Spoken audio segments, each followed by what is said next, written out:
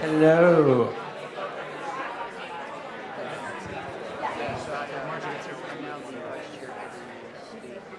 All right, thank you for coming to this polling breakout session. Thrilled to have you here. Who's excited to see some polling? Who's excited to hear from some experts? The purpose of this breakout session, the reason we want to have some pollsters here is we're talking a lot about other best practices in this campaign, one of which is messaging, and definitely encouraging you to go home and campaign on things that resonate with your voters and that are true to your values. And we want to make sure that people feel as emboldened as possible to do that, knowing that you're on solid ground, knowing that if there's multiple ways of talking about something, that you avail yourself to the best way based on data that's been done. And we're very fortunate here in DC to have some real experts in that area.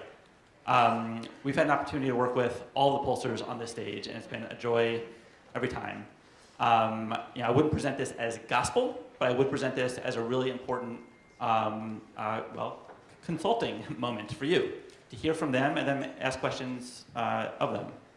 So I will kick it off with a little bit of where we've been coming from at the PCCC on the polling front, and then ask each of the speakers to speak for about 7 to 10 minutes, giving some top-line thoughts they would put on your radar. And then we'll have a ton of time for question and answer, and we can hear what you have to ask related to your district. I will start off by sharing kind of the trajectory-changing moment in my political career. I was on a US Senate race in South Dakota in 2002, Tim Johnson, running right in the aftermath of 9/11. This was a year that Democrats lost all across the nation. War hero Max Cleland lost his Senate race in Georgia, and Jeanne Shaheen, who's now a senator, lost her Senate race in New Hampshire. I believe Al Quinlan was our pollster, who works with Anna. And there was a key moment in that race where this big out-of-state ag corporation took out full-page ads in every single newspaper. And this was right after McCain-Feingold passed, so this was unheard of. It was the chatter of the political class, and it put our campaign into a pause, kind of a paralysis. And there were basically three options about how to proceed. One was duck for cover, hope they go away. Two was reverse position, hope they go away. And the third was fight back and hope for the best. It was totally the senator's call. There were a lot of consultants and advisors, but it was his call. And he decided to fight back. It was a provision of the Farm Bill that he was fighting for that would basically protect little guy family farmers from having their farms taken over by big ag corporations. And when we announced his decision, all these farmers and ranchers drove from about 4 hours away to be at the Sioux Falls Public Library for this announcement. And this one guy gets up to the podium, who wasn't even supposed to speak, which is my fault because I was press secretary, so kind of a mistake for me. But he gets up there and he says, look around this room. Look at all these cowboy hats. Pretty much every one of us is a Republican. And we are standing here with Democrat Tim Johnson because he's fighting for our family farms and our economic interests. And we won that year by 524 votes. And it was because there were these pro-life, pro-gun, culturally conservative, church-going farmers and ranchers who were willing to vote for a socially progressive Democrat because economic populism issues were front and center that year. And that has stuck with me ever since. And ever since then, part of our advice to candidates running in red and purple districts is, especially if you're in those districts, elevate economic populism. It's kind of a misnomer that Elizabeth Warren and Bernie Sanders can only run the way they do in places like Vermont and Massachusetts. Like, frankly, Elizabeth Warren could win by just saying, I'm pro-choice and I love Barack Obama. And she'll win Massachusetts. She doesn't need to be railing against Wall Street. She doesn't need to be doing what she did last night. Her message is tailored for these red and purple districts, which gets to the limited amount of data that we've been collecting recently. So we recently did a poll of some red states as we were lobbying some red state Democratic senators up for re-election this year. Places like Montana and Missouri and West Virginia. And this was right before the Gorsuch fight for Supreme Court. There were two big takeaways I had from this polling. One was when we were testing anti-Gorsuch messaging, there were a few messages we tested. One, which I liked when I first heard it, coming out of Jeff Merkley's mouth, was basically, you can clap for him, but not for this messaging. It was basically, this was a stolen Senate seat, or a stolen Supreme Court seat, and therefore Democrats have to have a higher bar and fight even harder to block this nomination. Nobody cared. Nobody cares about process. That's why, I think we heard about it from the climate people right before this. When we talk about the health care bill and how many days it's on the floor, no real people care. We tested Roe versus Wade argumentation. Again, this is in red states. In purple states, it did fine. In blue states, it was great. In the red states, Roe versus Wade did not help us at all. These are very culturally conservative places. But the third option we tested, we copied and pasted words from Elizabeth Warren's floor speech into the poll, basically saying that Gorsuch consistently sides with employers against their employees, big corporations against everyday working families. And this was like 55, 60% popular in places like West Virginia, Montana, and Missouri, which really instructs the messaging advice that we give to candidates. The second big takeaway is truly scary, and I'm not sure what the answer is. I'm really curious to hear what our guest today would propose as an answer. But basically what we did was we asked two questions. One was, in general, do you think Donald Trump is fighting more for billionaires and bankers or for regular working families?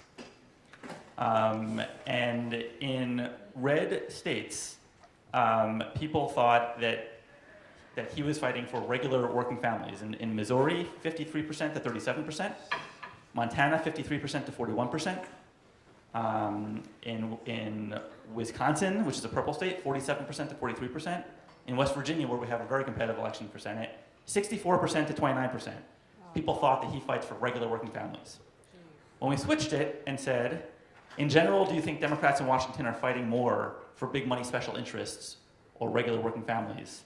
Complete opposite. People thought that the Democratic Party was fighting for big money special interests. In Montana, that was by 57% to 33%. In Montana, and that was Missouri. In Montana, it was 59 to 28. In Wisconsin, it was 53 to 34. And in West Virginia, it was 67 to 23. That is truly scary. Yeah. And Priorities USA also did a similar poll and found the exact same thing. Some individual senators had higher branding. Joe Manchin was actually fine in West Virginia on a personal level. Sherrod Brown was above water in Ohio, but Tammy Baldwin, one of our heroes from Wisconsin, was below water, which is ridiculous because she is so clearly on the side of working families. But our message is not getting through, and we have a real branding problem with the Democratic Party. So part of our challenge is, well, what do we do with that branding problem? How do we talk about our ideas in a way that engenders confidence with voters? And that's why we're so thankful to have our guests with us. So we're going to go, again, 7 to 10 minutes each. And I want to welcome to the stage, to the podium first, Linda Lake, who has, I believe, a PowerPoint. All right, so Linda Lake from Lake Research, everybody. If you can start off just by saying a little bit about who you are. Thank you. Thank you. So thank you very much. I am delighted to be here, and I am really delighted to be here with Adam and PCCC because I think more than any other organization in this town, they're really, really committed to electing progressives, and it is so exciting to see this many progressives in the room. I also want to thank my colleagues because this is a truly talented panel that I get to be part of. So one of the things that I would say, the first thing I would say is, as a pollster, I do not believe my job is to tell you what to believe. I believe my job is to tell you how to talk about what you believe to move voters. So when we talk about things like saying it this way or whatever, it's not telling you what to believe. It is taking what you believe and making it powerful. And what I'm going to do is, rather than talk about data, I'm going to talk about a little bit the dynamics of messaging. So principle number one, we know that the people that set the frame win the debate. And I'm sure all of you have read Don't Think About an Elephant. We know that the 2016 elections, which to really talk about, we would need to serve alcohol here, but the 2016 elections were a real situation where Trump was very successful in setting the frame, and we were not successful in setting the frame. Failing to offer a compelling vision means that the opposition benefits from that failure in multiple ways. They get to shift the debate, they get to set the frame, and they get to take the advantage over us, including on things like who's for working families that we should, by all means, have the advantage on. Secondly, you got to be positive, not negative. As progressives, we often sound like we are down and out. People do not, we've polled on this, people do not want to have dinner with us. They think it'd be very educational, but exhausting and depressing. And maybe some of our own families give us that feedback. And the messages that are testing the best are values-oriented, they're inspirational, and they're 1/3 problem, 2/3 solutions. People know the problems. They're not willing, they don't want to go inherit your problem too. They want to know, what are you intending to do about that problem? Progressive values, there are a whole set of values that the right uses significantly more than the left. And they are values that we can win with. Family, freedom, fairness. And there is new freedom messaging that the AFL has been working on with several of us as pollsters on it, that beats their freedom narrative. We cannot see the top values out there to the other side. We stand for families. And by the way, people do not want to microanalyze who's in your family. We asked one woman in a focus group, she said, you know what, my family shows up different every Thanksgiving. I got enough problems with my family. I don't care who's in your family. Only the right really wants to analyze what is a family. The rest of Americans know we're cloning sheep, but not people, so everyone's got a family, and most of them are messy most of the time. People want to respond to messages that talk about real lived experience. It is very, very valuable for you to bring in the experience of people that you meet on the campaign trail. Your own experience, although people tend to believe that every politician is wealthy. Wouldn't that be nice? But talking about real lived experience. Leave your acronyms at home. Your mother should have told you that a long time ago. And don't start with policies. We immediately start with the name of the program, right? Start with values. Start with solutions, then you can get to policies. Stories, journey stories. Stories are very, very powerful right now. And every story presents a hero and a villain. You are the hero, and you are fighting the villain. And there are a lot of villains out there in real people's minds. Big corporations, rigged systems, bad politics, special interests. You are the person that is going to punish the people who cause the harm to America's physical and economic well-being. And finally, pay attention. Words make a difference. We just finished research on voter suppression. First of all, half of Americans do not know what the word suppression means. One woman in our focus group said, suppression, does that mean they're sitting on the vote? Like, what does that mean? But obviously the voting topic and having your votes counted and not having politicians pick and choose who gets to vote, having the freedom to vote, very, very powerful narrative to the public. So let's look at some of these principles. First of all, linking economic and political reform is very, very important. The economy, we shouldn't talk about the economy like it just arrived this way. This is an economy that was created. People wrote rules and are enforcing those rules and bending over backwards for these rules to create this kind of economic situation, and we can create a different kind of economics. But we can't do it without political reform too, and Elizabeth Warren couples these better, I think, than anyone. We got to get big money out of politics. We've got to get lobbyists' influence diminished. We've got to get the voice of real people, and they strongly, strongly feel it in this current situation. They also can't believe that no one is getting anything done. And John McCain, frankly, even though he then hypocritically, very hypocritically voted the wrong way afterwards, but gave a very eloquent speech talking about the fact that we can't do this alone. We have to do this together. And any three people in America can agree on more than most Congress and most state legislators agree on. Economic proposals are not enough. Right now, today, the Democratic Party is behind the Republican Party by 7 points. On Election Day in 2016, we were behind by 17 points.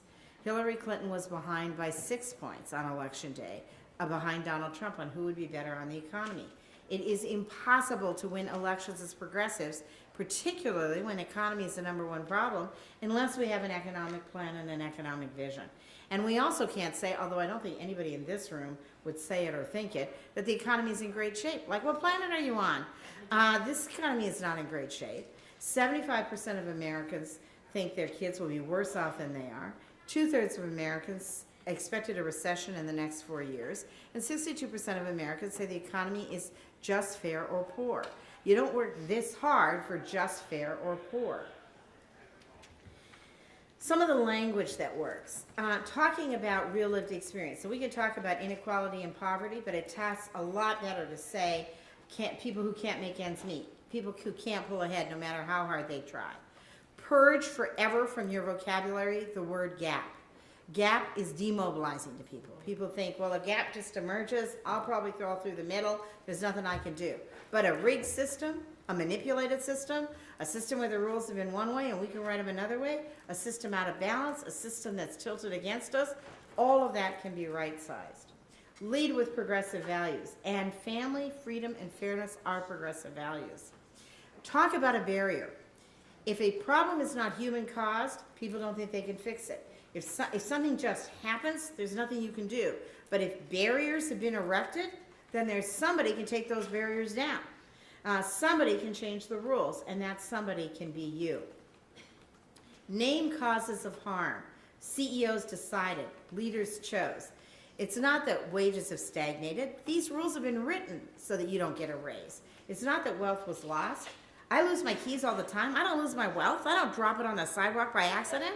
You don't lose wealth. It's taken away from you, or you never got it to begin with.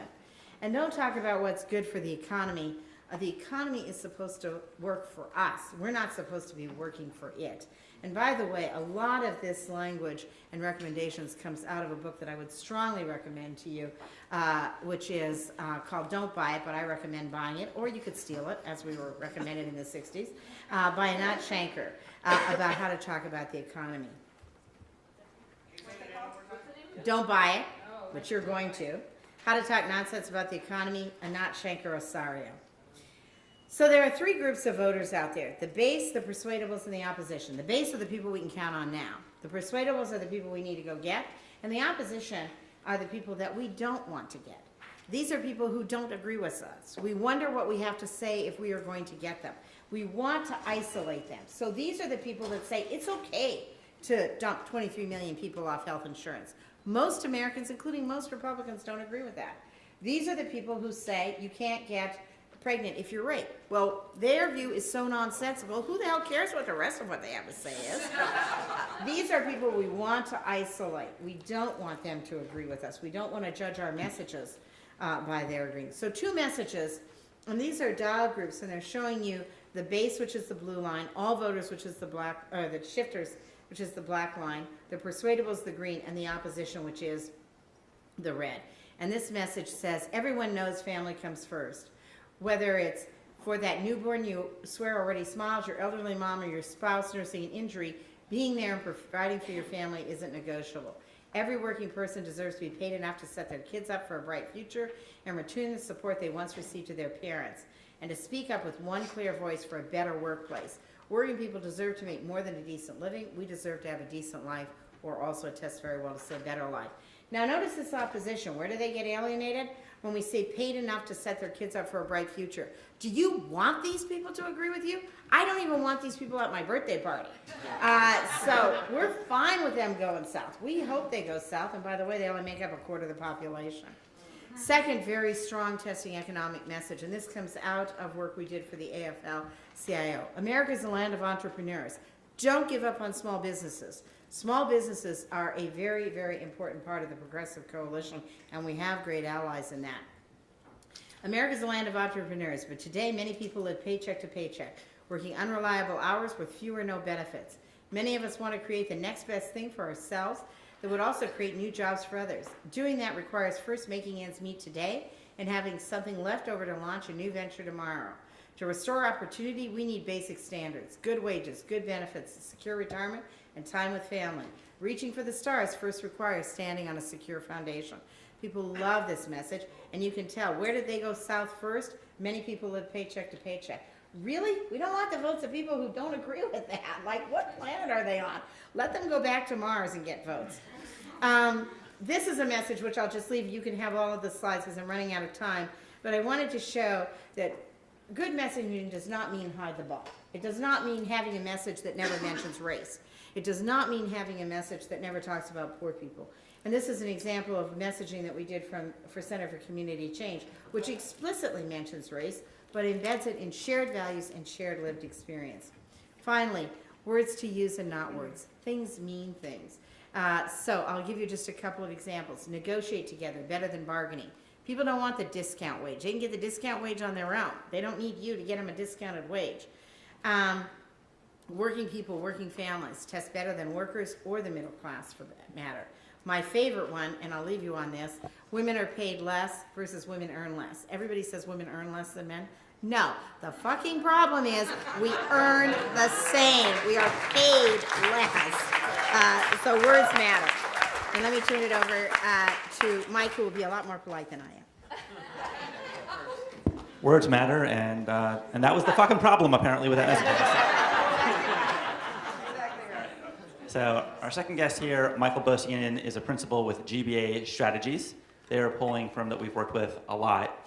In our prior session about big ideas, you heard some issue experts talk about expanding Social Security, issue experts talking about debt-free college. These were big ideas that were just big ideas without well-known political support until we worked with GBA on something called the Big Ideas Project, which was a set of polling to actually show support for ideas. So very happy to have Michael Bosian here with us today.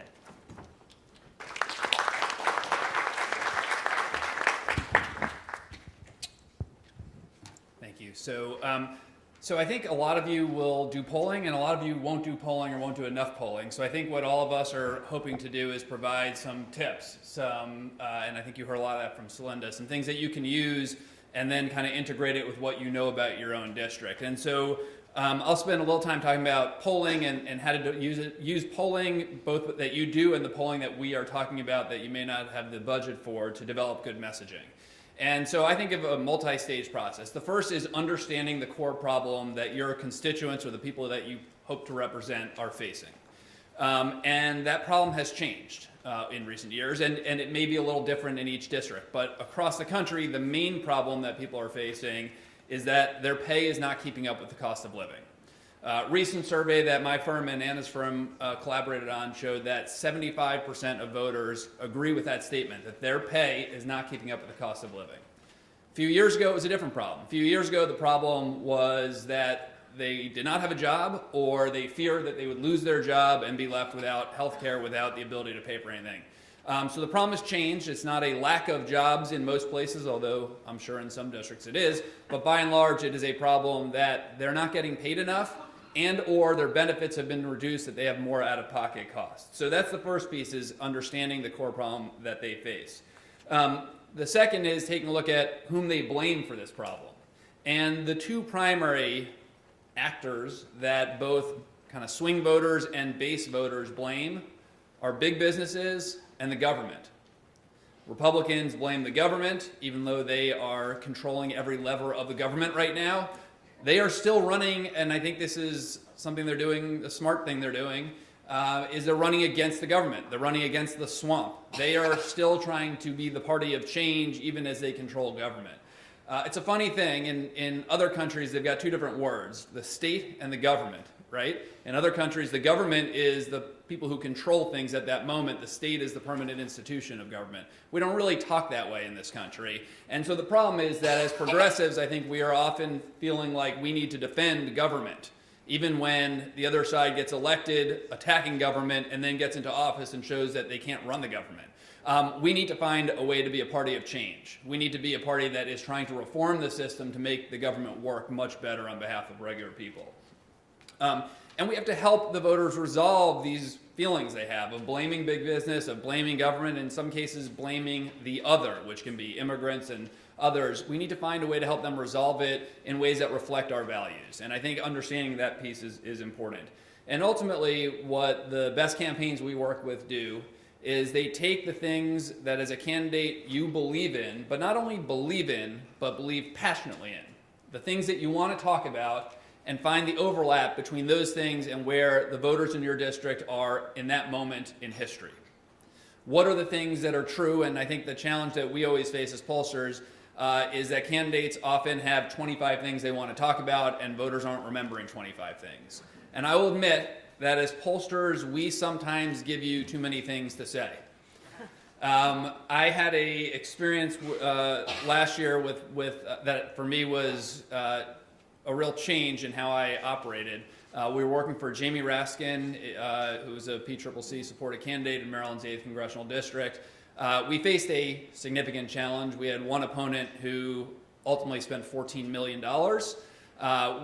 Jamie was a good fundraiser. We were getting close to $2 million. We had another one who spent more than we did. And at some point during the campaign, the firm making the TV ads said, guys, we're going to have to run 15-second ads instead of the traditional 30-second ads, because the reality is people aren't going to see our ads as much. And even if we can double the amount they see them, it will really help us.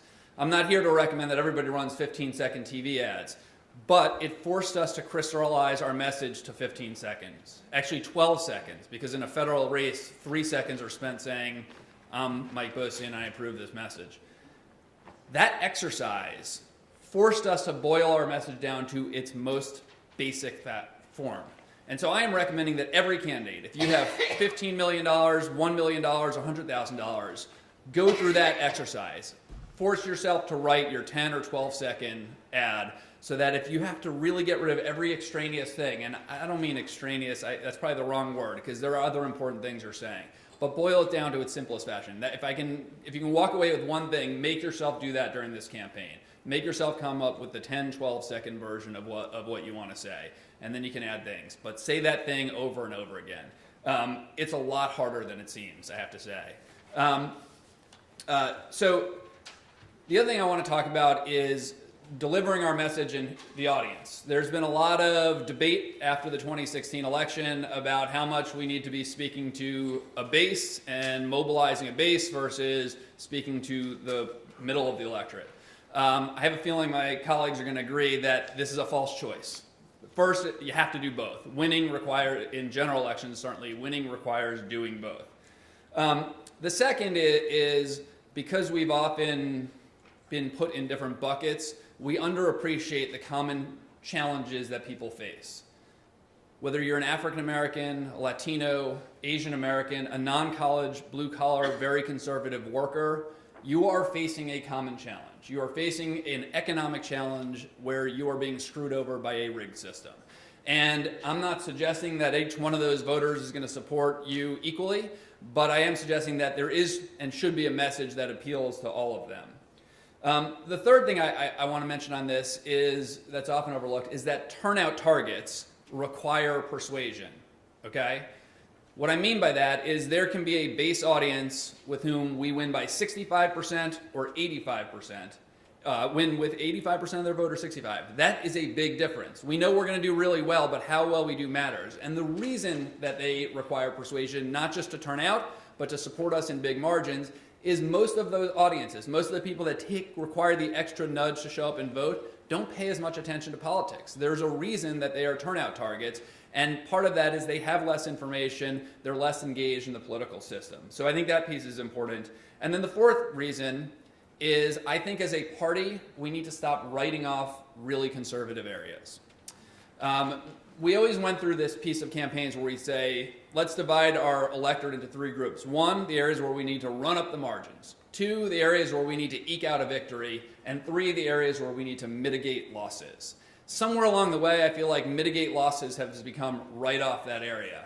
And that is a pretty significant mistake. Turns out that the bottom was a lot lower than we thought it was. And I'll tell you something Adam said at the beginning made me think of this story. This is a focus group story. It's going to take us a while back. It's May of 2008. Barack Obama has just become the nominee running against Senator McCain for president. I was doing focus groups in Steubenville, Ohio, which, if you don't know where that is, it's eastern Ohio on the river. It's been through some very difficult economic times. And in these focus groups with blue-collar white voters, I said, tell me what you like about Barack Obama, tell me your concerns about him. They said, he's smart, he's charismatic, he's dynamic. What are your concerns? First guy jumps in, he says, I just don't know if he loves America. I said, all right, as a moderator, your job is not to be like arguing, it's to be, let me hear more about that, right? So tell me why. Well, he's Muslim. Okay. Other folks, do you have thoughts? Kind of goes around the room, not somewhat similar sets of concerns people have. And after 7 or 8 people comment, it goes back to that first guy who raised a concern about him being Muslim and not loving America. And he says, the other thing that bothers me, Reverend Wright. He says he wasn't paying attention, but I know he was sitting in those church pews listening as he was spewing hate. This time I went off script. I was intrigued. I said, all right, so I hear what you're saying, but which is it? Is he Muslim or is he Christian? Thinking, you know. The guy looks up, he goes, exactly, he won't say. So that is something that we've come to know as confirmation bias, right? That you hear something that seems to contradict you, but it confirms your feelings, what you all already thought. But actually what was more interesting is the longer end of that story, which is as the discussion continued, these same voters that were expressing views that were racist and had religious hatred in them and things like that started saying, you know, but I do think he might be better than McCain on the economy. You know, I think this Bush economy has been bad for people like me. He does seem like he'll fight for the little guy. Lo and behold, Steubenville is in Jefferson County, Ohio. If you go back and look at the 2008 numbers, I believe Obama won by less than a percentage point, but won that county. Hillary Clinton lost it by, I think, 26 points. So my point on this is when you are thinking about talking to voters, it is important to hear where they're coming from, to think about the voter who faces a tension. They may have views that are diametrically opposed to our values in every way we can think of on certain areas, but they're looking for somebody who's going to stand up for the little guy or the little gal, as it were. We need to think about that. It's empathy in a way that doesn't ascribe to their values. It doesn't say it is okay to hold racist values, to hold sexist values, but it does look for a way to appeal to people that may not agree with us on a lot of things. And Barack Obama was quite successful at doing that. So those are some of the tips. When I look at the issues as we head into, lastly, into the 2018 election that are really popping, first it's important to talk about healthcare. So one of the things that's interesting with polling is sometimes there's sort of the inherent issues that the voters care about, and then there's sometimes that a political debate happens and all of a sudden an issue pops up the list. This happened on Social Security when George W. Bush proposed privatizing it. It happened on healthcare this year where, you know, jobs and the economy were the top issue, and then next thing we know, we're in the field after the healthcare bill is introduced, and healthcare is number one. Given what's happened in the last wee hours of the morning, I don't know where it's going to be come 2018, but this is where the energy is. People are very angry across the board and frustrated with this healthcare bill, and I think there's a pretty big opportunity. I have not seen it above 30% in any recent poll, and that is historic. ACA, which I don't want to suggest it was the most popular thing when it passed, but it was closer to 46, whereas this one is 30 to 57, 60, that kind of thing. I think this is the issue. This issue is the gift that's going to keep giving this election. They can't govern, they can't get it done, and what they actually are trying to get done is harmful to people, and people know it. I think there's a second gift that no one's talking about, and this is dismantling of the Wall Street reforms. You guys know about this, but I've been through a lot of focus groups, and it has not come up once. They're hearing about Russia, they're hearing about all kinds of things. They are not hearing about this issue. And this is a big issue, and I think it speaks to the points Linda made, which is Democrats have the idea that we're the party of the little guy has started to go away. People will say, they used to be the party of the little guy. I think they're like the Republicans with the big corporations. And so I think this is a big, big issue that we need to push on. The jobs issue, this is about having better jobs, not just the jobs we have, better jobs, and making sure that our workers are equipped with the skills to get good jobs. This piece is very important. The education issue has changed significantly. It is partly about college affordability, but people are more than ever also thinking about other things they can do, whether it's going to the military, whether it's community college, whether it's getting some form of skills training that matches the jobs that we have right now. I've done a lot of research recently on people's views towards state universities and universities generally. And we had the moment, there was a period in history where it was if you get a college degree, you're going to get a good job. That guarantee seems to be gone.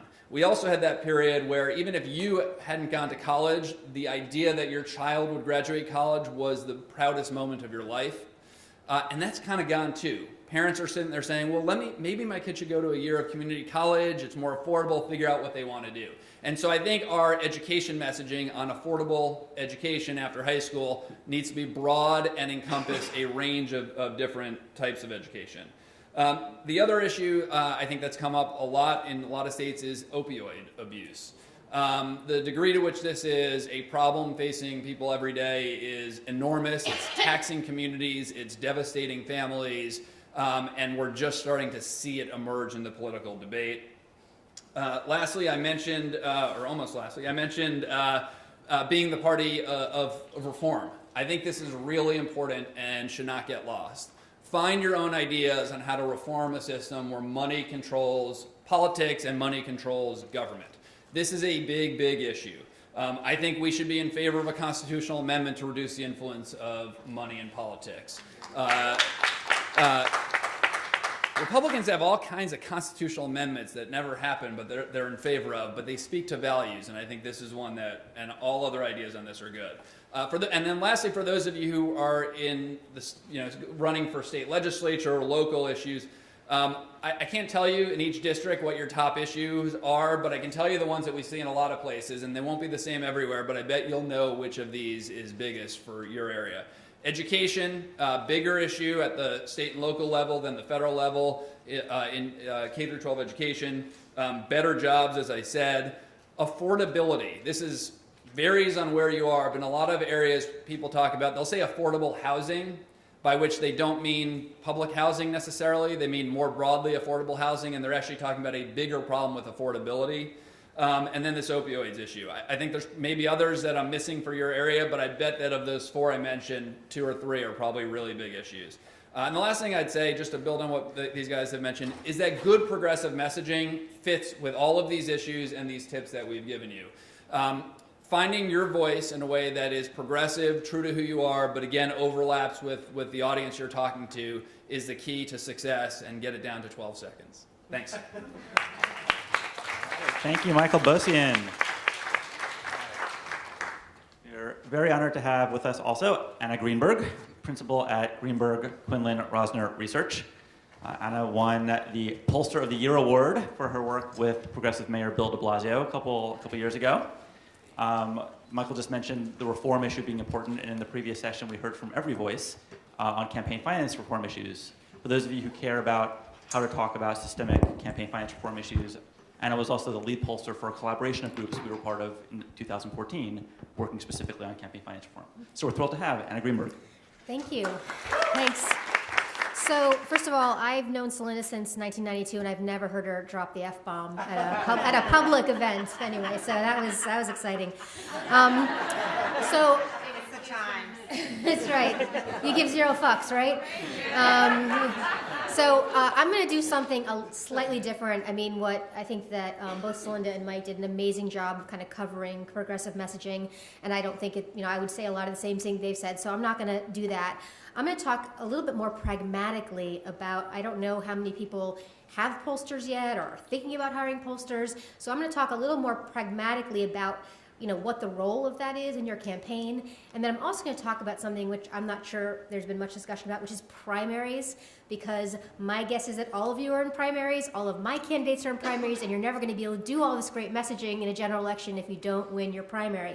And then I'll say a few things about message at the end, but again, as more of as friendly amendments, not going into it deeply. So the first thing about polling is, and Celinda said this at the beginning, the pollster is really not there to put words into your mouth. The pollster is there to take who you are, your values, your story, and find the best way to shape it and the best way to communicate it. Things that might be really, really important to you, the voters might not care about, and things that you think that maybe that's not that that's not that interesting. They actually care about a lot. I had this experience. I worked for Tom Wolfe, who's the governor of Pennsylvania, and he was very attached to the fact that he'd been in the Peace Corps in 1968. And I was like, I don't really see why people would at this point so long. And he insisted, so we put it in the focus groups, and lo and behold, he's rich, right? He comes from a rich family. He inherited a lot of wealth. He's not like a up by your bootstraps guy. And the fact that he went to work on rural poverty in India, and he didn't have to, said something about his values. And so every ad in the primary had a grainy black and white picture of him in the Peace Corps. And I never would have predicted that was going to be as important as it was. So you want to, as a sort of, really getting to know your pollster, having these conversations. Most people I work will have like an hour or 2 conversation where I just put them down on the therapy couch and say, tell me about your life. And you'll be surprised sometimes about the things that aren't necessarily on your resume that end up being sort of important to voters because they say something about you. So that's the first thing. So the practical advice is like your pollster. have some good chemistry, okay? That matters a lot, how you get along with them, and not everybody has the same chemistry with people. And so think about chemistry when you hire your pollster. A couple questions that you should ask people. Don't ask them how many they've won and lost. We always lose more than we win. We're Democrats. And, you know, because 98% of incumbents get reelected, we always lose more than we win. What really matters is, did you know? And were you able to figure out a plan to try to get from A to B? So asking someone their win-loss record is pretty meaningless, I think, in the kind of partisan system with gerrymandering. I just think it's sort of a useless question. But it is important to know, like, does the pollster actually do accurate polling, and do they know what actually is going to happen? And you know, I can talk more about that during Q&A about whether or not polling is broken, but it is a fair question to ask a pollster about have they been sort of accurate. The third thing I would mention just practically is, you know, there's a lot of pressure to bring down costs for research, a lot of pressure to use money for paid communications, and I'll just say penny wise, pound foolish. There's a lot of reasons why the business model has evolved the way it has a lot to do with party committees and that sort of thing, but there's been a push to do less and less and cheaper research. There is always a cost-quality trade-off. Cheaper research will never be better. There will always be more error, okay? And so, you know, the more narrow your scope of your research and the smaller it is in size, if you will, you know, the less useful it will be for your campaign. And so be wary of people who come to you and say, I can do a congressional baseline for $10,000 because I don't know how they're doing it, but whatever they're going to give you is going to be crap. And the other thing is, when you are figuring out who you want to talk to and who you might want to hire, make sure you're getting apples to apples comparisons. I've had plenty of people come back to me and say, well, you know, so-and-so is $10,000 cheaper than you, so can you meet that price? And I say, no. What percentage of cell phone sample do they have in the, you know, are they proposing? Well, it's going to be best effort. I'm like, well, I have required 30% cell because if you don't, you're not going to get any people of color or young people.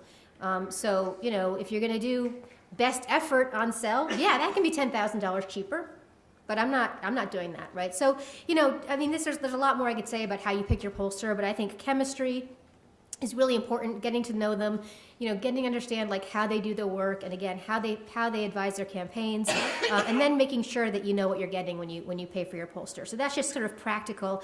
And you know, when you get to the point of working with other, you know, people like Adam can help you with those kinds of questions to train you how to interview people. Now, let me move to talking about primaries.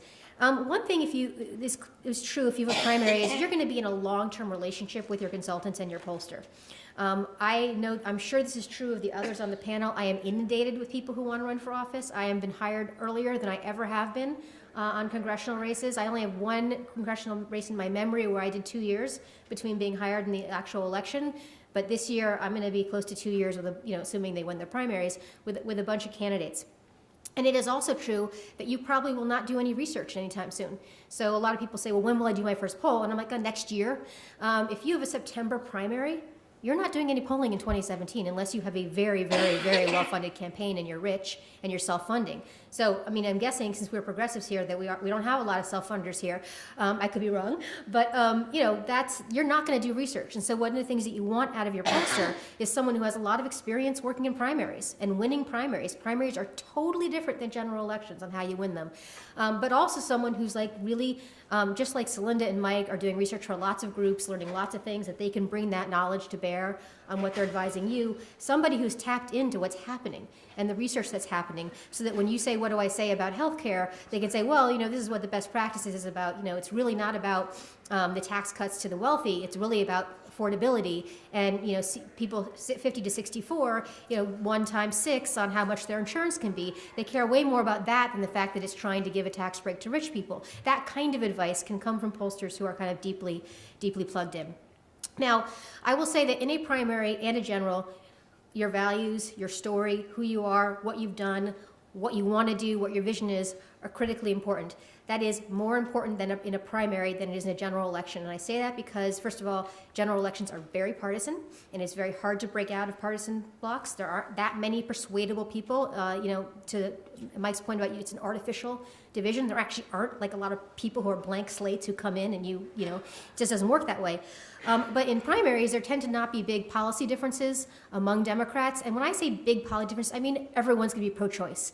Everyone's going to be, pro-marriage equality. Everyone's going to be for a higher minimum wage. It might be 15, it might be 12, but no one's going to say, I'm against raising the minimum wage. So on these big things that define being a Democrat. And voters, you can ask voters, if you ask voters what are Democrats for, not so much like, their brand, but, they will say they're pro-choice. Like, people know what Democrats generally believe. And so what I find is candidates get into a forum where they each get 30 seconds and they say, how do I distinguish myself on policy? I'm not able to do anything up there to distinguish on policy. I'm like, well, you're not going to.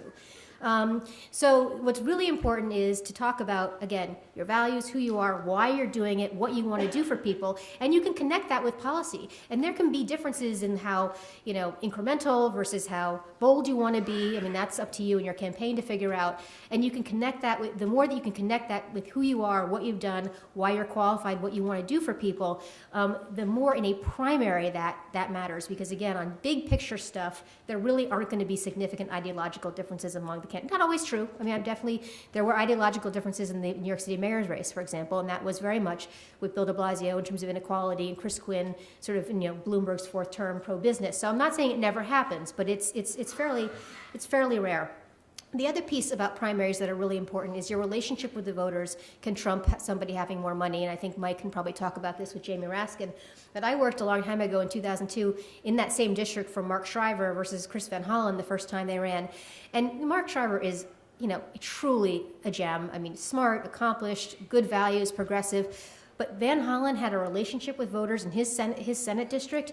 We never were ahead in that race. I mean, and it wasn't because we were running a bad campaign or Mark Shriver wasn't a great guy, but he had a relationship with the voters. And in primaries, especially low turnout primaries, that relationship can trump tons and tons of money. Most Democratic primary voters in low turnout primaries are high information voters. They're less susceptible. There is, obviously, and it sounds obvious, but there is a direct relationship between how educated and partisan and ideological you are and how persuadable you are.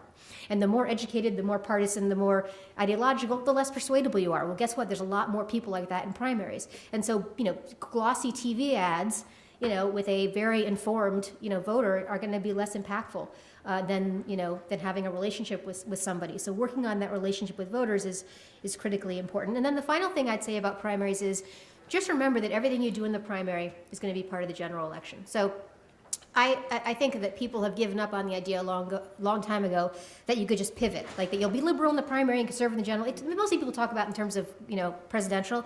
I think that's pretty obvious that doesn't really work. Also, I think that part of what's happened too, and this is more for federal races and statewide races than, say, state legislative races, but it's also true there as well, is that communication sort of starts so early that, you're sort of, they can start while you're in the primary, right? So, I mean, they're blending into each other, especially if you have a late primary. I mean, some places have a March primary, but, once you get to July, August, September primaries, your primary is blending into the general election, especially if, you're coming against a Republican incumbent. They may decide to start attacking Democrats in the primary. I mean, so the primary campaign is actually pretty relevant to the general election. And so, I say that because I think that, some of the bold and progressive ideas that might work well in a primary might not work as well in a general. And I'm not suggesting that you would switch your position or your idea. What I'm suggesting is, I think Mike said this too, is listen to how people hear it. Understand how people hear it and give people permission to be for it, but understanding how they hear it. So I'm going to give you an example of this. Single payer. I was talking about this at lunch earlier today. Take single payer. Very, very obviously bold. From a European perspective, it's ridiculous that we don't have it, but bold idea. We're in the middle of a healthcare debate where healthcare is like at the top of the list. And then the national polls have about 60%, 55%, depending on the wording, depending on if you call it Medicare for all or if you call it single payer, support it. Okay, but then you get into a swing district, and that electorate is really old. So I work in lots of places like Pennsylvania, rural Pennsylvania, where 60% of people could be over the age of 64, okay, or at least 70% over the age of 50.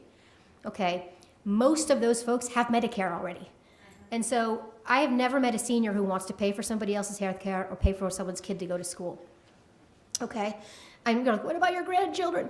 It's frustrating, but seniors are very focused, right, on their the benefits that they get, the entitlements they receive from the government, even if they don't think they're entitlements. Very focused on this. So sure, be for single payer, but do research on how seniors think about it and what kinds of things you would say, what kind of arguments you would make in favor of it, so that they would understand how it helps them too, right? Because right now, if I'm 70 years old and I'm pretty healthy and I've got Medicare, and someone comes in and says single payer, I say taxes, Obamacare, big government, and I don't see how that's going to help me. And I would say the same thing about free college. Again, to Mike's point, more people don't go to college than go to college. So when you get up in this area, I'm going to give everybody free college, and I'm not thinking I can go there either. I don't know anything about it. I don't have people in my life who could help me figure out how to get to college. I don't want to. I want to do something different. All kinds of reasons why people, I have to work to support my family. I can't go to college. You're like, that's a big, huge program that's going to cost a lot of money. It's going to help a lot of other people, not me. So when you think about talking about free college, I say it's a big idea, but you have to process how people think about it and make sure that there's something in it for them.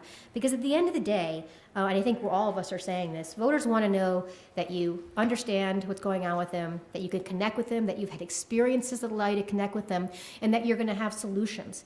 And the big, bold solutions are the right ones, and they're very popular at the top line, but in lots of different places, people hear them differently than we think they do, and we just have to understand that. This is not an argument to not be bold. It's an argument to say, understand how people hear it. So I want to say two final things. I get to go longer because Mike went longer. So populism works. Okay, and we know this back to '92 with Clinton. We're going to tax the wealthy to give middle class tax breaks, and kind of the democratic populism has changed. So we went from kind of tax the rich for middle class tax breaks to kind of post crash, kind of a Wall Street, kind of a Wall Street crashed the economy, bad actors on Wall Street. Post is United, we've moved more to kind of the rules are rigged. Okay, and that. Is an analysis that people believe. If you go to focus groups, people talk about the rules being rigged against regular people.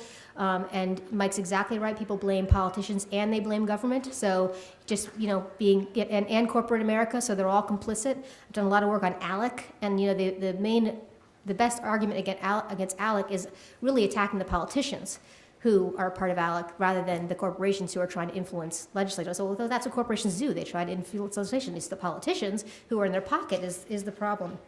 And so the two things I would say as you think about populism is you can do great analysis on populism, but you better be able to tell people you know how to create a job that pays.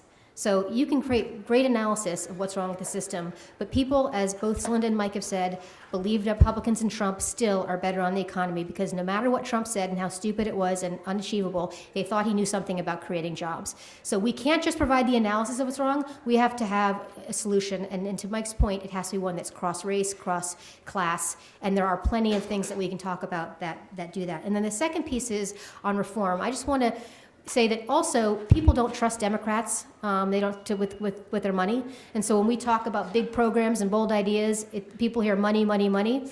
And so there's two pieces to reform. There's the reform that Mike and Celinda referred to around campaign finance reform, which is very, very important because connecting, where people get their money from and then the votes they take, people, it's a clear argument. People understand it and they believe it because they hate politicians. So they think they're all in the pockets of big donors. But we also, in some ways, need to acknowledge the ways that government doesn't work and also be for accountability and transparency in government. And it's certainly much easier to do that if you're running for state office. But, I work for Mark Dayton, and, the very first thing he did was reduce permitting time for small businesses as governor. And the Republicans are like, what? We're the ones who are against regulation, And I mean, why should we be for putting more regulations on small business? Why is that a Democratic position, right? And then when he had control of the legislature, when Democrats had complete control in Minnesota, they had an unsession where they just repealed stupid laws that were on the books, like stupid laws that just have been passed over the years. So get rid of all the laws and the stupid laws in the state. Again, why is that a Republican idea? Why are they for better government and government that works better? The new budget that Governor Wolf has just introduced has $2 billion of cuts from government, and it's not cuts to services, it's consolidating departments. They hold these, for some reason, if they have slots for jobs and agencies that are not filled, they still pay the agency for that job and the money just sits there. I mean, all kinds of things that you could do. Again, this is much harder at the federal level, but I think there are local and state folks here as well. Thinking about, because for people to believe that we should do these big, bold things, they have to believe they can trust us with their money. And they haven't seen a lot of evidence that Democrats can be trusted with their money. Thank you. Anna Greenberg. All right. We're very enthusiastic to be joined by Margie O'Mara, Executive Vice President for Public Affairs at PSB Research. So I'll say yesterday we were doing a training session on pivoting to core message when people are asked curveball questions by reporters. And Mina, you want to raise your hand? Running for state legislature in Nebraska. She was on the hot seat, and I threw her 6 curveball questions. And she was fine with all 5 of them, but the one she said was a consistent stumper for her and others in her state was the question of, will you take away my guns? Margie has done just recently a very deep dive on messaging when it comes to gun issues, and she's done a deep dive on other issues as well. So we're really thrilled to have her here. She's also one of the co-hosts of a podcast called The Pollsters. So if you are a podcast person, definitely you can download it while she's talking and hear more of her when she's done. Margie O'Mara. Thanks. That was great. Well, thanks, and I just want to say I went to the event last night, so I spoke to several of you and gave some of you tickets. I don't know who won the ticket game, but it was such... okay. I did give you one of my tickets, but I gave out a variety of tickets, and it was such a great... look, the news sucks this week, right? It's terrible, and I was not feeling like I wanted to go to an event. And then I just really loved the energy of the event and of meeting everybody running for office. It was great. I just really enjoyed it. So thank you so much. Adam, who I've known for years, he was an intern back when I was still, really should have been an intern. We worked together. So I was really excited to come to the event and meet some of you and really get the vibe that kind of improved my mood in advance of the rest of the week and this terrible news that we've had all week. So I want to talk a little bit about guns specifically. And I think the lesson of guns and the issue of guns, I think you'll hear some echoes of what other folks on the panel have described, just in terms of how subtle differences in wording can change people's perspective. And that's a lot of what polling is. It's not just about number crunching. It's not just about who's up 2 points or down 2 points. It's about what people are hearing, what kind of language works well, how we can get people on board, both in the broad and the specific, and also debunk myths and calcified language that's been used for a really long time. So I'm going to break this down into just 6 different myths that we can talk about. And so the first one is the basic one, and that is gun control is controversial. And there are a couple of reasons why that's a myth. First, we shouldn't use the word control. We shouldn't use the word gun control. If you use the phrase gun control, practice not saying it, because study after study show, where you split sample, you ask half people one question about gun control with that phrase, you ask another half and that word control is not in there, you get a completely different response. And so it's an anachronism. It's something that people have been saying for decades, but it's just, if you are on the side of stronger gun laws, and there are other kinds of alternatives, but if you are on the side of stronger gun laws, then get rid of that, scrub that word control from your language. You'll hear folks in the press use it, you'll hear a lot of people use it, but folks who are progressives on this issue should not be using it anymore. The other thing is that it's not controversial. Stronger gun laws are not controversial when you can talk about it both in the broad and the specific. If we think about the values behind it, and this is a poll we did for Guns Down, and folks can look it up online and see all the details. People want stronger gun laws. They want guns off the street. They want fewer guns that are harder to get. They want guns to be harder to get. So if you can remember those kinds of values, stronger gun laws, not stricter, stronger gun laws, making sure that guns are harder to get rather than easier, right? If you frame it that way, people don't want guns easier to get typically, and they want fewer guns on the street, not more guns on the street. So when you talk about that fewer versus more, and really pair off the two extremes, because there are quite a few people who think, well, it should be the same as they are now. We'll get to that in a minute. But if you talk about the two extremes, it's very clear what side most people are on. The second myth is that people want to protect the Second Amendment. And it's not really a myth, because people do want to protect the Second Amendment, but it depends on what the alternatives are and how you frame the choice of protecting the Second Amendment. So Pew And Pew's great. Pew is, releases an incredible amount of great resources in terms of methodology and different kinds of questions they ask. Pew's fantastic.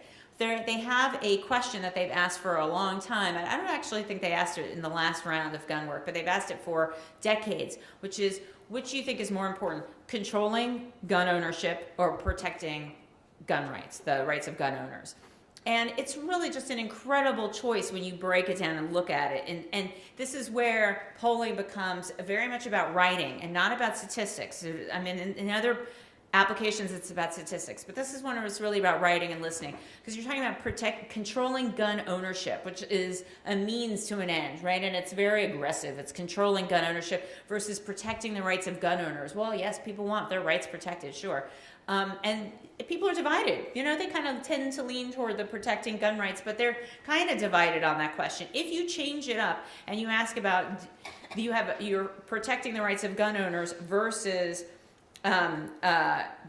reducing gun violence, then you have a different kind of question. Then you get a lot more people saying, I want to reduce gun violence. If you are actually talking about what the debate is in a lot of chambers, which is expanding gun rights versus reducing gun violence, then it's very clear where people are. So that's an important distinction that may matter depending on where you're running for office and where you live. That in a lot of states, the debate that is actually happening, what a lot of folks have been, and the gun lobby in a lot of parts of the country, they're actually trying to expand gun rights. They're trying to make it easier for people to take guns in various places, make it easier for people to get guns who shouldn't. So that's myth 2. The third myth is that people feel safer if they have guns, right? There's myth of a good guy with a gun, right? And there's this myth that people feel safer with guns around, and that's why there's this block to people being more accepting of stronger gun laws.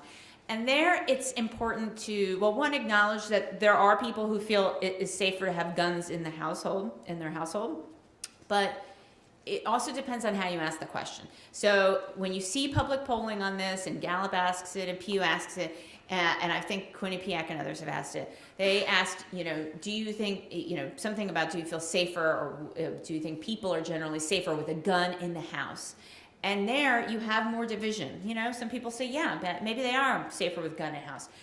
Do you think you feel safe? We asked, do you think people are safer with more guns on the street, with more guns in the community? Does that make you more safe? And then people are like, well, I don't know. It's that locus of control. It's who is in charge. Is it the guns just sort of out there? They're out in the community. They're out on the streets. They're sort of out in the world. Then people feel a little bit more worried. If they're talking about a gun in a household, they're envisioning somebody who is, a licensed gun owner, maybe trained, and they're envisioning some more semblance of control over that gun, as opposed to kind of guns out in, out in the world. So there's a real difference in that question wording, and it should be a difference in how you talk about it. If you're talking about, we should have fewer guns on the street, it doesn't make us feel, it's not going to make us any safer to have more guns in our community or more guns out in public places. That's going to have a different kind of response than saying, it's not going to make anybody safer to have more guns, if people have more guns in their households. Then you're going to have a little bit more pushback, even though ultimately you're talking about the same kind of policy. Okay, so here's the next myth, that people support background checks, but not much else, right? We tested in our poll 16 different stronger gun laws, and 15 of the 16 had majority support. And we had things like background checks, but we also had things like buybacks, gun registries, things that the gun lobby has been vehemently opposed to, really very strongly supported. We had things like the gag rule, that in some places where doctors are, can't ask about guns in the home, conceal and carry, open carry, you name it. I mean, we even had amending the Second Amendment in there. We had assault weapon bans. We had a really long list of things that you don't hear a lot of people necessarily talk about, but majorities of Americans supported 15 out of 16. The only one that did not have majority support was ban private gun ownership. That's it. And even there you had a third support.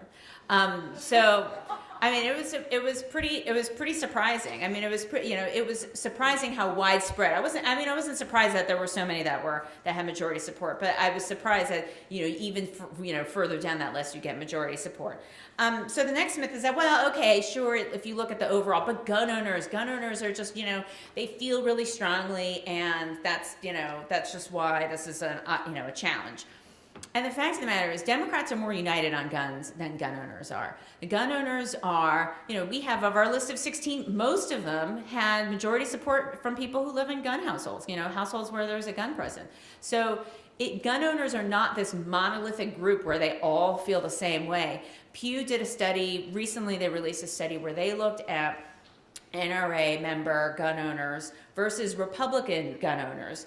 And there was a pretty big difference. That there's like a group of gun owners that feel very strongly, that's true, but they are not all gun owners. And while it's important to acknowledge and study that group, it is not, the majority of gun owners all sort of speaking with this same voice. Never mind the fact that our political dialogue and policy dialogue on guns has been held hostage by gun owners, which are a dwindling percent of the population. It's actually being held hostage by a smaller percent of gun owners. So when you have majorities, again, supporting 15 out of 16 of these different proposals. So that's the piece on gun owners. Well, Democrats, in fact, are actually quite united. Most Democrats strongly supported over half of the 16 proposals that we tested. Not just supported them, strongly supported them. So Democrats, in fact, are really quite united. It's, there's a lot of talk about how divided Democrats are generally on a variety of issues. They're in fact really quite united on a whole host of things. There, I think, a lot more agreement on the Democratic side on a variety of issues. And so then the last myth is, well, people love the NRA. And it's true that the NRA is, more popular in the country than it probably is in this room, right? And I mean, that's true. There was a poll. I mean, this was like a year ago, but I think it was like NBC Wall Street Journal, and it's one of those things where like you can't really look at the overall top line of anything anymore because everything has such a vast partisan divide. But it was, the NRA and Planned Parenthood both had favorable ratings, and then like all elected officials were unfavorable, and it was the NBC Wall Street Journal list was like, well, I don't know what we do about this, because, Democrats were all favorable toward Planned Parenthood, Republicans were all favorable toward NRA, but their numbers were identical overall. So people do, tend to be favorable toward the NRA, and in part because they have this image that they are a, safety organization, and that they train people, and they're for hobbyists, and so on. And, it's not that they don't do that, right? So this is an important sub-point here. This is an important lesson for how you talk with people who disagree with you, or you're trying to get them to move from a position they had. If you're running against an incumbent that people have voted for, you have to convince people who voted for that incumbent that they now want to vote for you. And so saying like, hey, this guy's a bum and he's been a bum forever, the person's like, well, excuse me, I voted for them for 20 years. And so it's the same thing with the NRA. And so a message of like, whatever, the NRA may have once done this. Now they're a political group. And so you're giving people permission to change their mind without saying, you must also be a bum because the NRA has done this. And so if you like them, then there must be something wrong with you. You want to give them permission. And you're not changing anything of substantive about what you're saying. You're not changing the policies that you're supporting. You're not changing what your position is on the NRA. You're just saying, look, whatever they might have been, they've moved now. They're doing something else. They give a lot of political contributions. They were the biggest donor to Donald Trump. They give mostly to Republicans, et cetera, et cetera. And then you are giving people some information that sounds believable. Okay, this is a political group. They've done political things. Political things are bad because I'm just sick of politics. And now the NRA, you can move people quite quickly on that. And then the last thing I'll leave to before, and then I'll turn back to Q&A or whatever Adam has planned for us all next. But and that is, for specifically for guns too, is making sure people know some of the facts, the education that's involved. And again, people aren't going to be reading lengthy policy papers. I think that's clear from what others have been saying. But with guns specifically, and this goes back to my point about expansion of gun rights, people don't know what's out there. People don't know about some of the rules that are out there. I think some edification for voters about about how lax some gun rules are in a lot of states, or what people are arguing, can really help people realize what's at stake. That it's not simply about stronger versus keeping things the same. That keeping things the same has actually become a slippery slope to making laws a lot weaker and less strict. So thanks again for having me, and thanks again, Adam, for inviting me, and I'll stay for Q&A with everybody. All right. And what's the name of your podcast again? The Pollsters. The Pollsters. All right. All right. So we have some time for Q&A. Anna, what is your podcast? It's called That's What She Said. That's what she said. All right. Love it. All right. Who has questions? It's about women in politics. We'll do a stack. I'm going to ask, possibly futilely, that both the questions and the answers be as short as possible so that we can get a bunch in. I'm going to do 1, 2, 3, 4, 5. Hey, what you're running for as well? Yeah. My name is Jeffrey Caesar, and I'm from Burlington, Vermont. I'll be running for the House. Yes, so my question's directed towards Michael. During your section, you mentioned that that progressive, the Progressive Party is a party of reform, and that the messaging should be progressive and true to who you are. I also wanted to add to that it's also got to be complete in scope. That's also true to who you are, and that's something that is that'll definitely help bring your message to the people that you're also trying to reach. And you can look at the legalization of marijuana and prison debate. A lot of progressives would probably say that they're in favor of legalizing marijuana for whatever purposes. Then they're also in favor of removing the prison industrial complex. So where there's a lot of talk of the economic benefit to our communities of legalizing pot, but we also don't talk about retrofitting, or retroactive all the people that have been put in prison because of selling. So now we're going to move towards an economy where people are benefiting from something that has really been putting black and brown bodies in prison for as long as we can remember.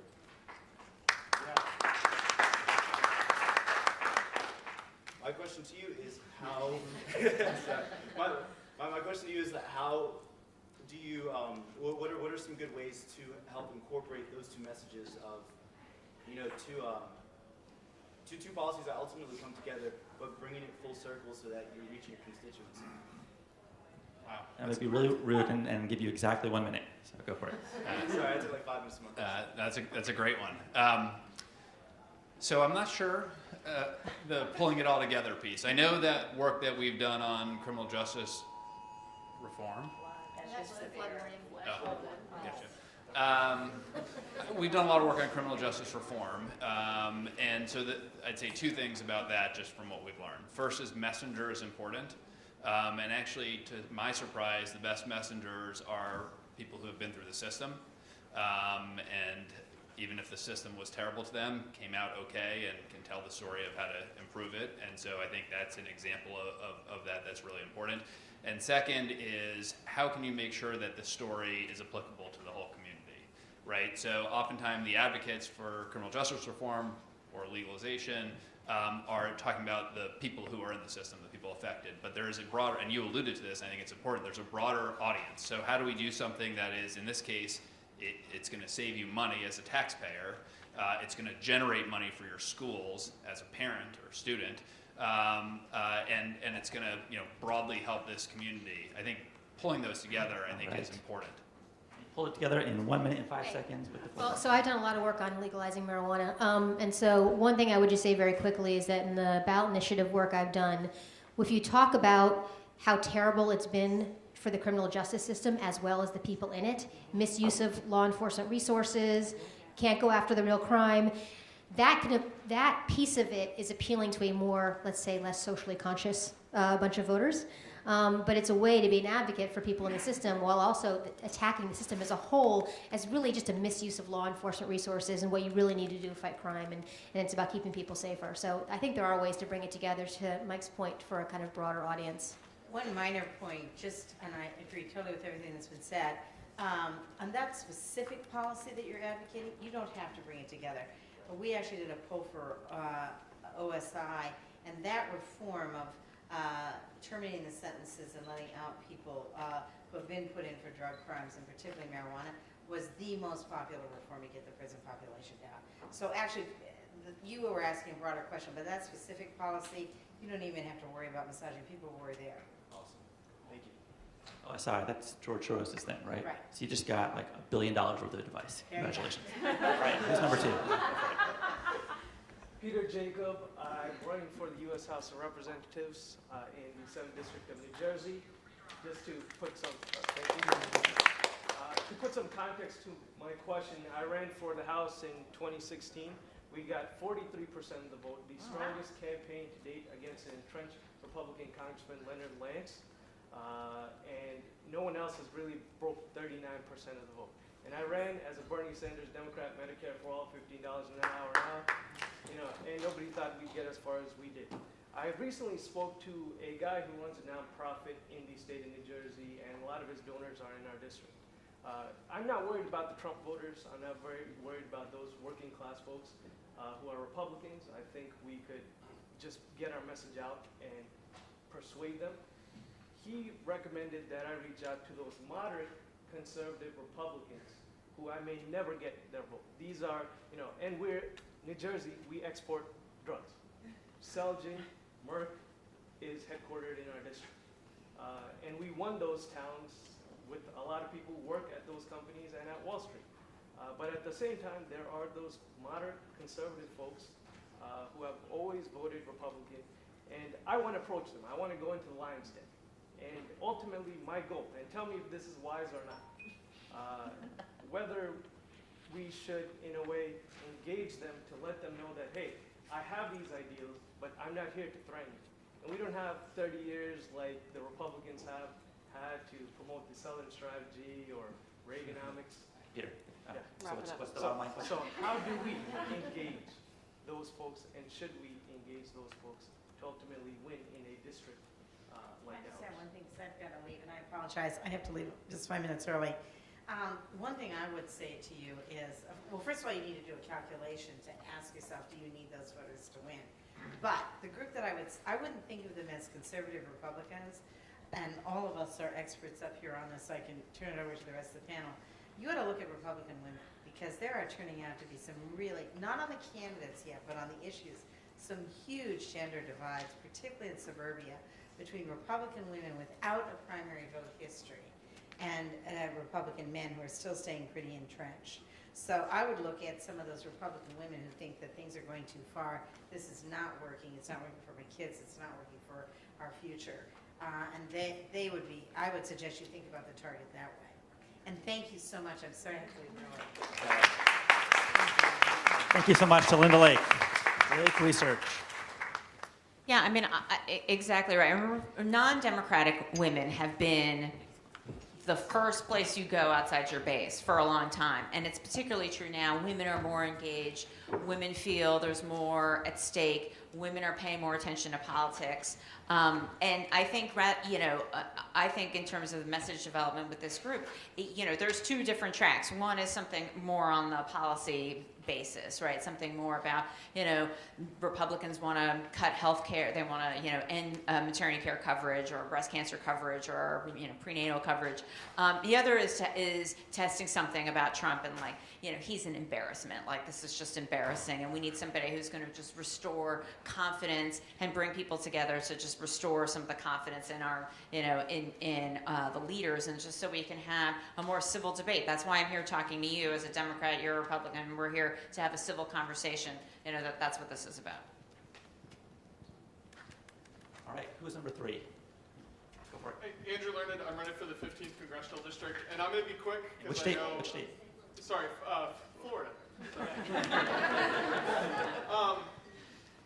My question is about, you guys put up a lot of good information about messaging, specifically like what words to use, but for a practical standpoint for all of us, when we're studying how to talk about these things, what works? Like what works for the candidates you've worked with before? Like is it literally like your candidate should be sitting there with flashcards, like if you get this question, you should say this.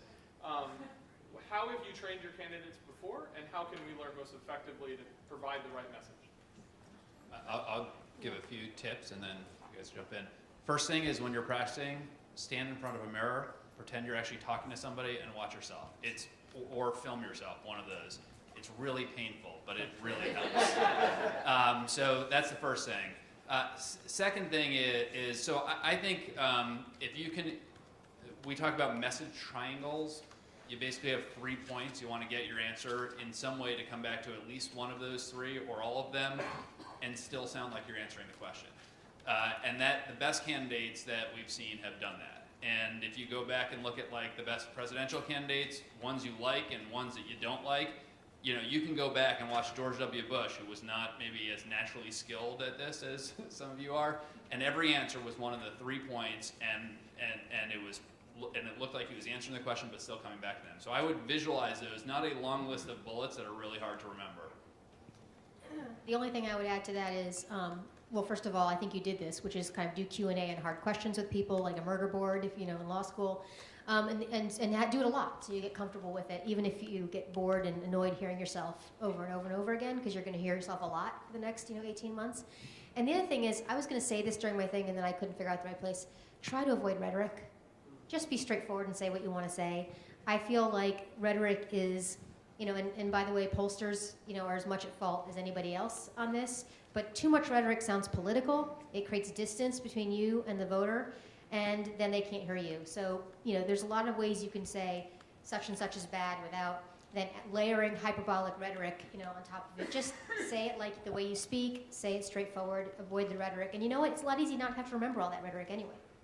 I mean, and the other thing too is, you can have very similar answers to, different questions on the same topic, right? I mean, you don't need to have like a brand new policy answer every single time. I mean, the goal is to make it, very, very simple so you can make simple choices in how you answer your questions. So, there's some tactics, and those aren't necessarily pollster tactics. Those are things that you and the rest of your team can help put together. So it's your staff, your comms director, any other consultants you may have, to make sure it's easier for you to respond to each question rather than have it be a real policy, a deep policy dive every time somebody asks you something. You're really trying to communicate your values, and also integrating things like stories, something that happened to you, somebody you met on the trail, those kinds of things that, we're not always going to be able to test all that stuff.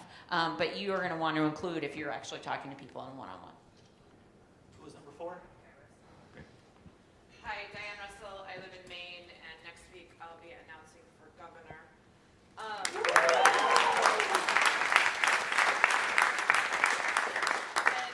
Thank you, Anna. I know you've done work in Maine, and thanks for pointing out what to look for in a good pollster, because I am now in the market.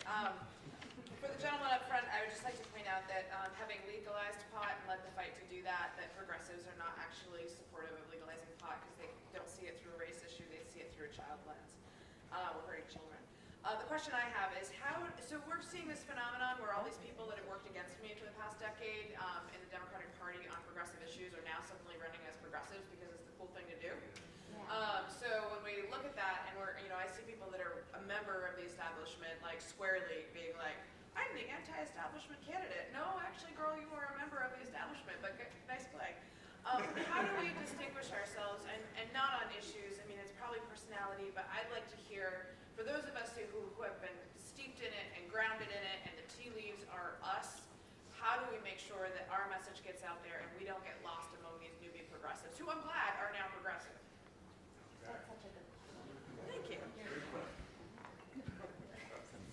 I mean, you want to make sure, this may be obvious, right? But one of the first steps is make sure people are hearing your message and not assume that everybody is going to, really know the differences between all the candidates at the level that you and other insiders will have.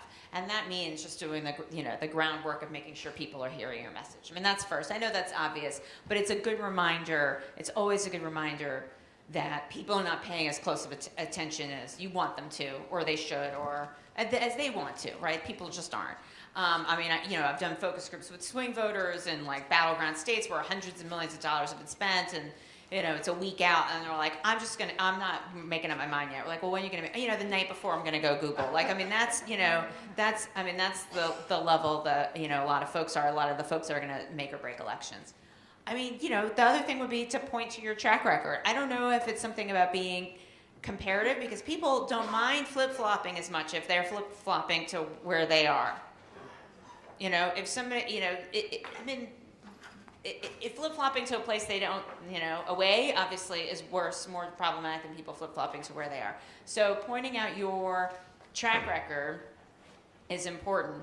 I think going negative on somebody saying they're new to this, maybe it gives them, an answer, which is, well, I've moved, I've evolved, the climate's changed. Look who we have as president. Like, I've changed my, I've moved to the left, and then for some people that will be an acceptable answer. So I think demonstrating your track record, like these are positions I had when they were hard, not when they were easy, is a way to address it.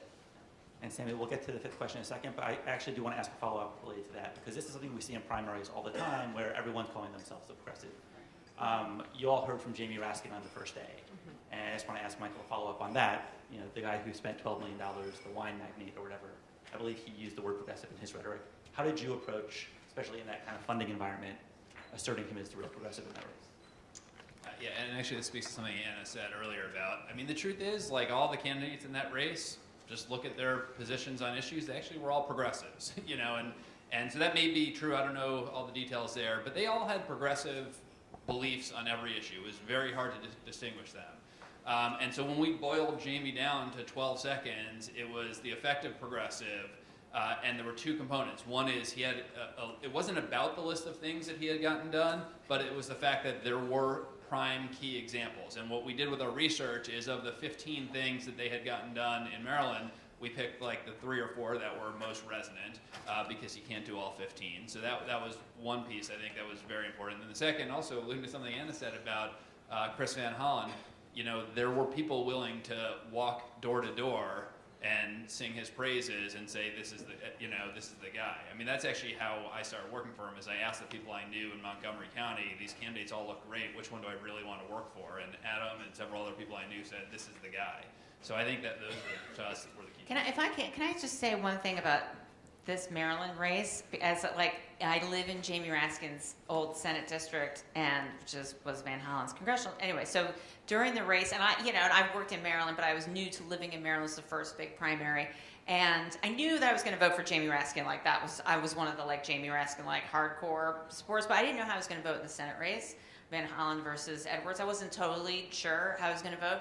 And then I actually had a constituent service problem where my dad was going to get kicked off his health care, and I was at my wit's end. I'm like, I guess this is the time where you call your legislator. I haven't done that before. I haven't done that in a long time. And so he contacted Jamie Raskin's office, and he kicked it up to Van Hollen's office, and their team, I could not get over how big it was. And I had seen sort of vaguely that the Senate race was turning on constituent services, which wouldn't always poll well. If you asked me, polling on constituent services that really pop, and it's maybe. But in those races, they really, really, really mattered for Raskin and for Van Hollen. And then when I experienced it, I was like, oh, well, that is the real deal. That is not a poll question. That is you had someone emailing, I will not rest until I get the answer to your question. I'm like, well, that, you can't put that in a poll question, an email from a staffer. That's some of the times that you can't really poll about that connection. It's, you have to actually build it. You can't just sort of teleport it in or just ask a question about it. By the way, I emailed a lot of people about your podcast and that. So, when when I worked for Tom Wolf in that primary, again, there were no policy, no ideological policy value, really no difference, right? Seriously, no difference among these candidates. And during the primary fight, I saw a survey where people were testing arguments for the candidates, and some of whom were establishment, and some of whom were not, and ours was not in some ways. And they described him as a progressive businessman, and not surprisingly, they didn't test very well. And I said, well, yeah, what is a progressive businessman? What does that mean? We had ads that talked about the fact that he shared 20% to 30% of his profits with his employees. Not only did that signal to the liberal voters in the primary, who I think were inclined to support Alison Schwartz, but it also signaled to the more blue-collar voters that we cared about working people. He makes cabinets, right? And so, I think just to reinforce what both, what Margie and Mike said, to distinguish yourself is about what you've done and who you are and what your values are. And if you can show that you have a track record of doing this stuff, that can help you sort of quote unquote beat, the establishment that might have, more resources. So, but I think it's really about you, And speaking of track record, the final question goes to one of the 3 two-time national candidate trainees here. Go for it, Sammy. Hi guys, I'm Sammy Brown. I will be running for the House of Delegates in the state of West Virginia, and I can already feel the eyeballs getting bigger looking at me saying West Virginia. I guess my question really is, you saw the polling for West Virginia. Obviously there's a contempt for the Democratic Party.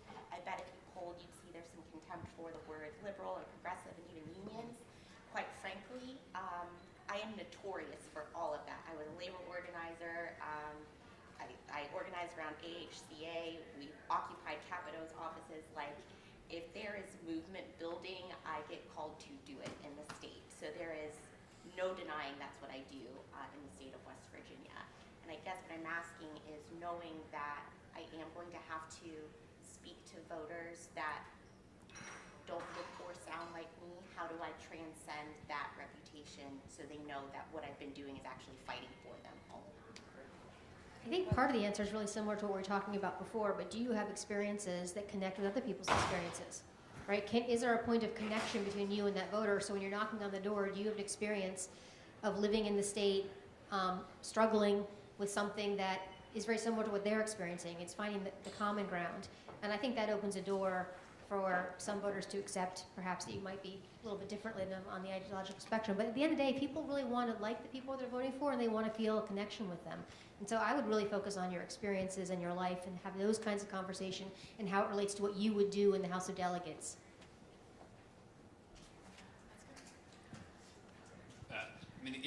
Similarly, I would say each door you knock on, each person you talk to, put yourself in their shoes. If you're walking and there's a senior citizen, and when you were working to stop this terrible healthcare bill, it was going to impose an age tax on them, talk about that. They'll connect in that way, in a way that they wouldn't to you for every other reason, because you don't look like them, you're a lot younger, all that type of stuff. Okay, well, big round of applause to our pollsters here. Thank you so much for that wonderful advice, sharing your experiences. So we have the 2 podcasts again are the pollsters and that's what she said. All right, thank you everybody.